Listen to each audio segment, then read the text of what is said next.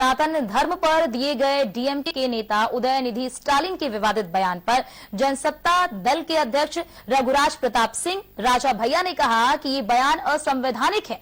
इस बयान पर चुनाव आयोग को उनकी पार्टी की मान्यता को निरस्त कर देना चाहिए। किसी भी व्यक्ति को किसी धर्म या जाति को नष्ट करने की बात करने का अधिकार नहीं है। राजा भैया के विभिन्न मुद्दों पर आपको पता चले कि उनसे खास बातचीत की सारा समय संवाददाता दिलीप सिंह ने देखी। जनसत्ता दल लोकतांत्रिक पार्टी के राष्ट्रीय अध्यक्ष कुंवर रघुराज प्रताप सिंह राजा भैया लगभग 30 साल से राजनीति में सक्रिय है। राजनीति में सक्रियता के साथ साथ सामाजिक क्षेत्रों में भी उनकी सक्रियता रहती है और दिव्य प्रेम सेवा मिशन के मार्गदर्शक के रूप में भी राजा भैया का कार्य क्षेत्र रहा है। उसको लेकर के भी समय समय पर कार्य करते रहे हैं। दिव्य प्रेम सेवा मिशन उत्तर प्रदेश की राजधानी लखनऊ में छत्रपति शिवाजी महाराज के चरित्र पर जाता राजा महानाट्य का आयोजन कर रहा है। इसी सब ज्यादा बातचीत करने के लिए हम राजा भैया से बातचीत करेंगे। छत्रपति शिवाजी महाराज के बारे में बच्चा जानता है, लेकिन उतना नहीं जानता है जितने उनके बारे में लोग की जानकारी होनी चाहिए। इस जाता राजा जो महानाट्य है, इसमें जो चरित्र का उनका महानाट्य होना है, इससे आम जीवन पे क्या कुछ प्रभाव पड़ेगा, खास करके युवाओं में? बिल्कुल, देखिए, प्रेरणा देना ये हम सभी लोगों का प्रयास है कि नौजवानों को प्रेरणा दें, राष्ट्र भक्ति की ओर चलें, अपनी जो विशाल एक विरासत है, गौरवमयी विरासत है, उसके संवाहक बने, गर्व अनुभव करें। और छत्रपति शिवाजी महाराज का जो विशाल व्यक्तित्व है, ये सही बात है कि जितना आप पढ़ेंगे उतना आपको उतनी बार एक नई चीज मिलेगी उसमें। उदाहरण के लिए बहुत कम लोग जानते होंगे कि सबसे पहले गुलामी प्रथा बंद कराने वाले छत्रपति शिवाजी महाराज हैं।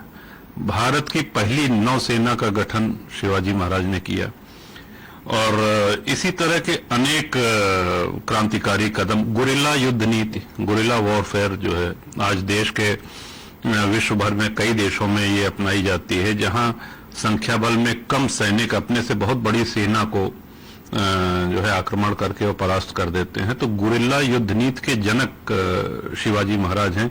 इसको गनीमी कावा एक शब्द है मराठी में, उस शब्द से संबोधित किया गया है।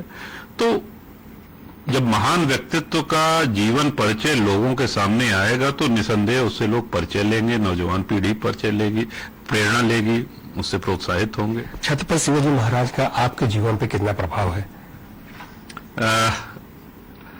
बाल्यकाल में अम्मा से हम रोज नित्य का ये नियम था कि वो शिवाजी महाराज की कहानी सुना करके ही हमको सुलाती थी और ऐसा हमको आभास होता है कि पूर्व जन्म में उनके सेना के एक छोटे से सैनिक हम रहे होंगे। महाराष्ट्र हम जाते हैं तो ग्रामीण महाराष्ट्र में प्रवास करते हैं, उनके किलों का एक तीर्थ समझ के दर्शन करते हैं और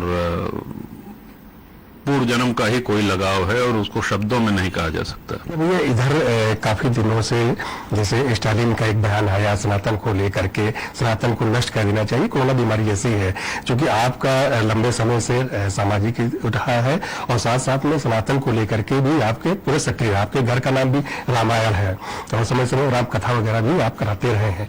तो इसको जिस तरह से सनातन को घेरने का प्रयास किया जा रहा है, खासकर राजनीतिक पार्टियों के, ये एक राजनीतिक स्वार्थ के तहत, तो इसको लेकर के कैसे देखते हैं कि सनातन को राजनीति में घेरना चाहिए या नहीं करना? देखिए, डीएमके ने और उनके और भी कई नेताओं ने, स्टालिन ने जो बयान दिया, ये बाबा साहब अंबेडकर ने जो संविधान हमारा बनाया उसके दायरे के अंदर नहीं आता है। ये बयान ही असंवैधानिक है। आप किसी जाति को, आप किसी धर्म को, आप किसी संप्रदाय को नष्ट करने की बात कर रहे हैं और दुर्भाग्य ये है कि जो बहुतायत है यानी बहुसंख्यक है उनको आप नष्ट करने की बात कर रहे हैं। हमने ट्वीट भी किया था इस पे कि दो व्यक्तियों में अंतर विरोध हो सकता है, वैचारिक वैमनस्यता हो सकती है, विचारधाराओं का भी अंतर हो सकता है। आप देखिए, लोकसभा में, विधानसभा में लोग अलग अलग विचारों के आते हैं, चुन के आते हैं, लेकिन उनका काम देश हित ही में काम करना और जनसेवा करना, यही मुख्य काम होना चाहिए। यहाँ पूरे हिंदू समाज को, सनातन धर्म को समाप्त करने की बात कर रहे हैं, तो ये असंवैधानिक है। इनके ऊपर मुकदमा तो कायम होना ही चाहिए। अब जाकर के माननीय सुप्रीम कोर्ट ने संज्ञान भी ले लिया है। इस पार्टी की सदस्यता जो है वो रद्द होनी चाहिए। चुनाव आयोग का ये दायित्व है कि जो भारत में राजनीतिक दल हैं वो संविधान की मर्यादा के अंदर रह करके ही काम करें, उसके अंदर ही बयान दें। पूरे भारत में हिंदुओं को, सनातन को समाप्त करने की बात कर रहे हैं और बार बार कह रहे हैं। ऐसा नहीं कि स्लिप ऑफ टंग हो गई, वो पढ़ा हुआ बयान पढ़ रहे हैं, यानी कि पहले से लिख के उन्होंने बयान तैयार किया हुआ था और दोबारा फिर कई अवसर पर उन्होंने अपने इस बयान को दोहराया है और उनके साथ साथ उनके दल के अन्य नेताओं ने भी दोहराया है। तो उनको कोई गलतफहमी नहीं है, वो बार बार अपने उस बयान को दोहरा रहे हैं कि भारत से सनातन और हिंदुत्व को, हिंदुओं को समाप्त करना है। अच्छा, वो इंडिया गठबंधन का हिस्सा भी है और राहुल गांधी जाकर मंदिरों में जनेऊ भी पहनते हैं, तिलक भी लगाते हैं।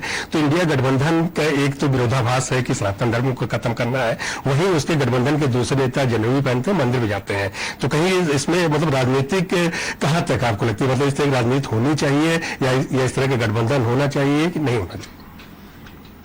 देखिए, राहुल जी पे तो हम नहीं कहेंगे, इसलिए कि विषय सनातन को समाप्त करने का जिन्होंने बयान दिया है उनका विषय चल रहा है।